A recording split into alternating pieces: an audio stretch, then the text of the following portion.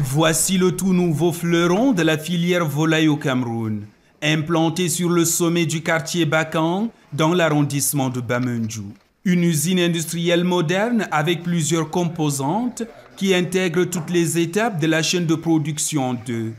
Une unité de production d'aliments, une poussinière et un poulailler d'une capacité de 40 000 poulets. Ici, la technologie est omniprésente. Presque tout est automatisé. D'autres bâtiments sont d'abord très modernes, avec l'avantage que les aliments ne seront non pas manipulés par les hommes, ils seront manipulés automatiquement. Les poulets ne seront pas sur le sol. Il y a moins de risques de maladies, que ce soit pour les poulets, que ce soit pour les hommes qui y travaillent dedans. Il y a les convoyeurs d'aliments, les convoyeurs d'œufs, toutes les lignes d'eau qui sont contrôlées par les machines, même jusqu'à la consommation d'aliments. Ce qui fait que la qualité d'œufs qui sera sur le marché serait réellement de bonne qualité pour notre consommation. Un projet audacieux né de la volonté d'un Camerounais ambitieux qui, s'inspirant de son expérience à l'étranger, a choisi de venir faire valoir son savoir au Cameroun.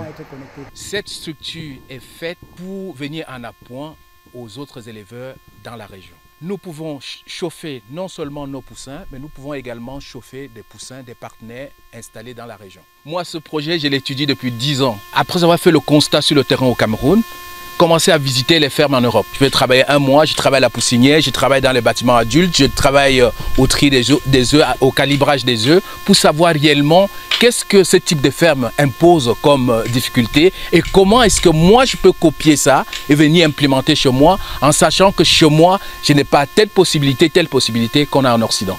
Ensuite, je suis allé plus loin. Vous avez souvent vu des documentaires de comment les femmes achètent leur poulet au marché, font abattre, déplument. Si vous regardez, vous jetez un coup d'œil dans l'eau qui est utilisée pour déplumer ces poulets que vous mangez à la maison, vous allez avoir peur de consommer.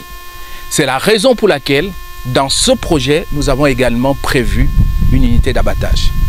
Pour que le poulet qui arrive sur le marché ait une qualité contrôlée. Parce que si nous voulons contrôler ce que nous mangeons, il faut que nous soyons producteurs.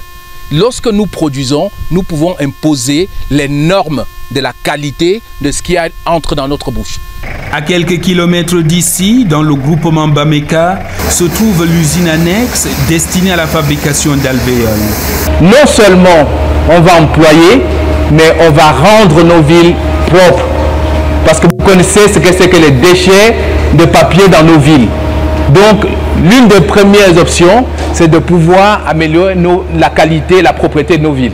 Et en même temps, ceux qui ramassent ces papiers, c'est aussi de l'emploi qu'ils ont trouvé, parce qu'ils ne vont pas ramasser ces papiers gratuitement. Donc, ils vont ramasser ces papiers, ils vont les vendre, et ces papiers seront recyclés et réutilisés dans nos ménages. Nous avons suffisamment d'espace pour stocker au moins la quantité de fonctionnement d'une journée. Parce que par heure de travail, l'appareil consomme 1 tonne de papier, produit 6 000 alvéoles. Un rêve devenu réalité grâce à l'appui multiforme de l'État du Cameroun.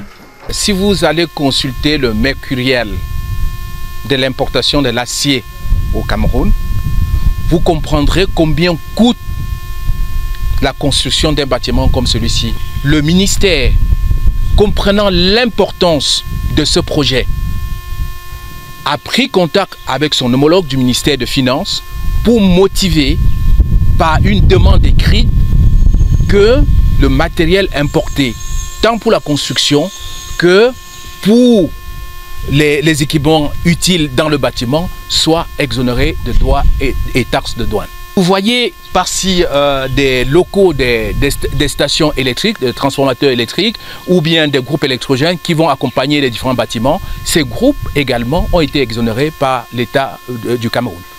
Je crois que cet accompagnement est juste inestimable. Sans cet accompagnement, nous ne serons pas au niveau où nous sommes. Il faut être honnête. Sur le long terme, le projet contribuera au développement du tissu économique. Et même si la technologie occupe une place importante, il en résultera de nombreuses opportunités d'emploi connexes. C'est un projet d'un grand envergure, donc je le félicite d'abord pour ça. Et ça va aussi créer des emplois pour les jeunes enfants de coin et même d'autres Camerounais qui cherchent des emplois. On a constaté même sur le terrain là-bas que c'est les Camerounais même qui sont en train de monter les bâtiments là, quelque chose qui est tellement important. Ça veut dire que l'expertise est aussi transférée au Cameroun. Parce qu'on voit ce qu'ils sont en train de faire, c'est les techniciens locaux qui sont en train de monter les bâtiments et même les équipements, guidés seulement par un expert qui est venu d'ailleurs. En comptant sur l'accompagnement des pouvoirs publics, le promoteur ambitionne de faire une extension de l'usine. Les premières livraisons sont attendues avant décembre 2024.